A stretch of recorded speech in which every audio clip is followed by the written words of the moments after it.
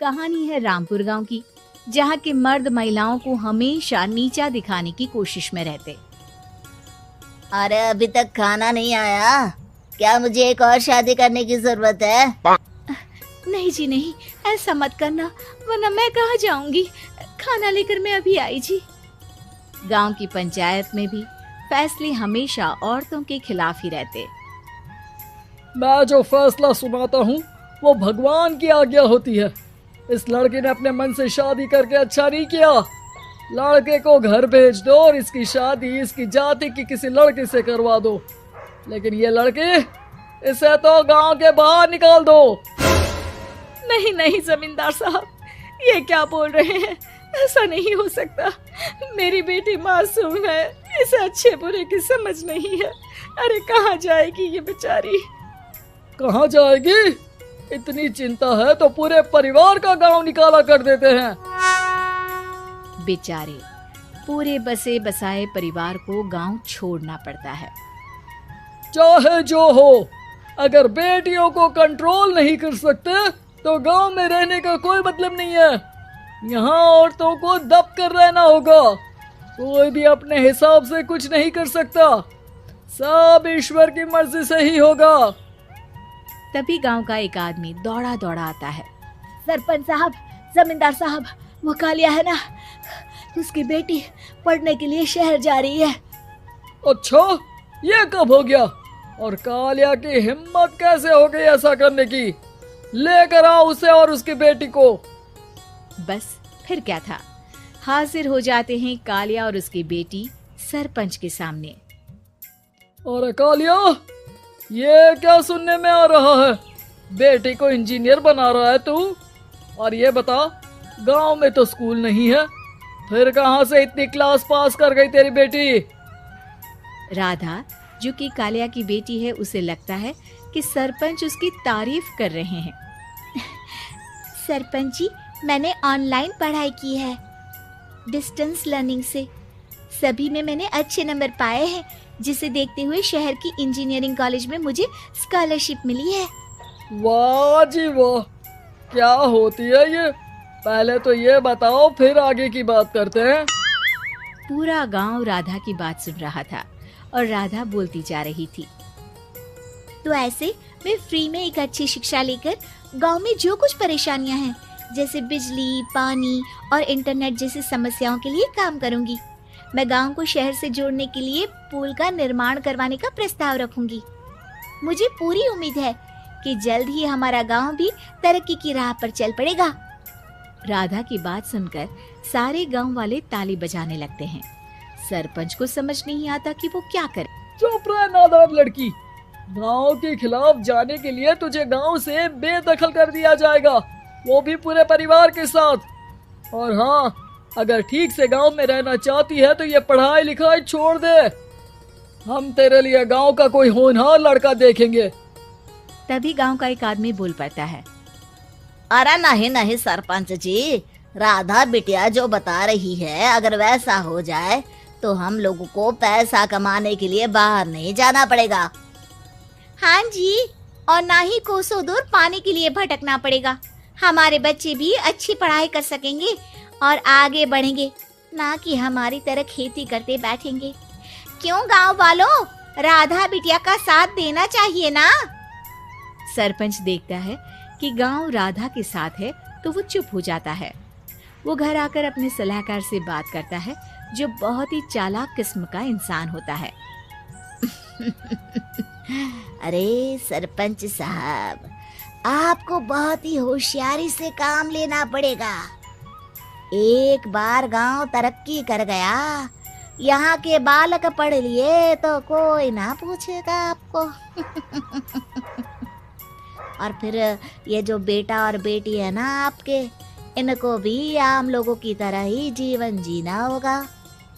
हाँ, लेकिन करे तो क्या करे? वो ना आप मुझ पर छोड़ दीजिए, बस मैं जैसा बोलूं करते जाइए। अगले रोज सुबह जब गांव वाले सोकर उठते हैं तो राधा के घर के बाहर और साथ ही वो लोग जिन्होंने राधा का सपोर्ट किया था, उनके घर के आगे लाल रंग से कल आऊंगी लिखा होता है। कल आऊंगी, यह क्या होता है? अरे यह तो खून से लिखा है, लगता है कोई भूत प्रेत या चुड़ैल का साया है। चलो सरपंच जी के पास चलते हैं। सभी सरपंच के पास जाकर उसे सारी बात बताते हैं। अरे ये तो बड़ी मुश्किल की बात है। चलो मैं एक बाबा को जानता हूँ, उन्हें बुला लेता हूँ। सरपंच बाबा को लेकर गांव के घर के बाहर जाता है।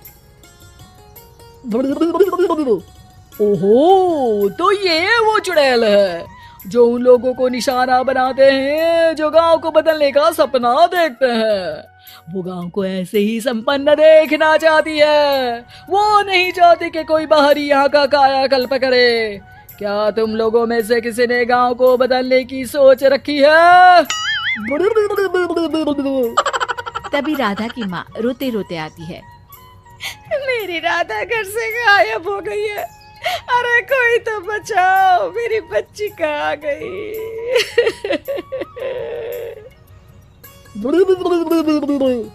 ले गई वो चुड़ैल, तेरी बच्ची को ले गई। अब वो उसे श्रापित करके छोड़ेगी, उस पर चुड़ैल का साया हो जाएगा।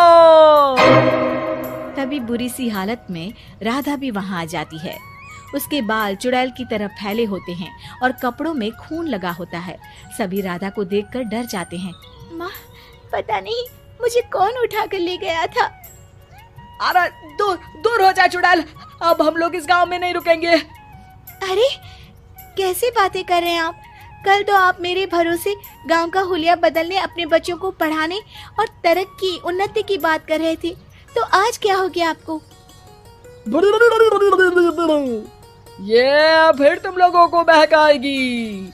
ये चुड़ैल गांव में आ चुकी है, ऐसे ही ये तुम्हारे घर के बच्चों को भी ले जाएगी। गांव वाले राधा को गांव से बाहर निकाल देते हैं। उसके माँ बाप रोते रहते हैं, लेकिन गांव वाले नहीं मानते। मैं भी अपनी बहन के साथ गांव के बाहर रहूंगा, लेकिन वो पढ़ाई नहीं छोड़ेगी। वहीं सरपंच के घर पर सलाहकार कहता है। देखा, सांप भी मर गया और लाठी भी नहीं टूटी। लेकिन अगले ही दिन सरपंच के घर के बाहर भी वही शब्द लिखे होते हैं। और फिर सरपंच की बीवी कहती है, हमारी बेटी को किसी ने अगवा कर लिया है। तभी राधा का भाई वहां आ जाता है। अरे गांव वालों, मैंने सरपंच जी की बेटी को देखा था। वो चुड़ैल उसे उठाकर ले जा रही थी। अरे क्या मजाक कर रहे हो? नहीं नहीं सरपंच जी, आप नहीं जानते। वो चुड़ैल अब आपकी बेटी में आ जाएगी, जैसे राधा के अंदर आ गई थी। तभी सरपंच की बेटी वैसी ही हालत में वहां आती है जैसे राधा आई थी। पापा, पता नहीं कैसे मैं गायब हो गई थी। चुड़ैल, इसके अंदर भी चुड़ैल का साया है, मारो इसे। अरे नहीं नहीं, इसे भी राधा के पास गांव के बाहर ही भेज दो। अरे चुप रहो, मेरी बेटी कहीं नहीं जाएगी और चुड़ैल वुड़ैल कुछ नहीं होता है। अरे कैसे बात कर रहे हो सरपंच जी? आप तो बोल रहे थे कि आपका फैसला भगवान का ज्ञान होता है, तो अपने पर बात आई तो अब आप ऐसे बोल रहे हैं। अरे ना ना ना, आपको अपनी बेटी को त्यागना ही होगा। अरे बुलाओ बाबा को। राधा का भाई बाबा को ले आता है, जिसे अब गांव वालों के डर के कारण सच बोलना पड़ता है। मैं कोई बाबा नहीं हूँ, मैं तो मोची था। ये सलाहकार महोदय ने मुझे कहा था एक्टिंग करने को। अब वो मुझे पैसे देने वाले हैं। अब मुझे माफ कर दो। गलती हो गई, मुझे माफ कर दो। तभी वहां राधा आ जाती है। देखा सरपंच जी, जब गांव के बच्चे साक्षर होंगे तो आप जैसे लोगों की चालाकी नहीं चलेगी।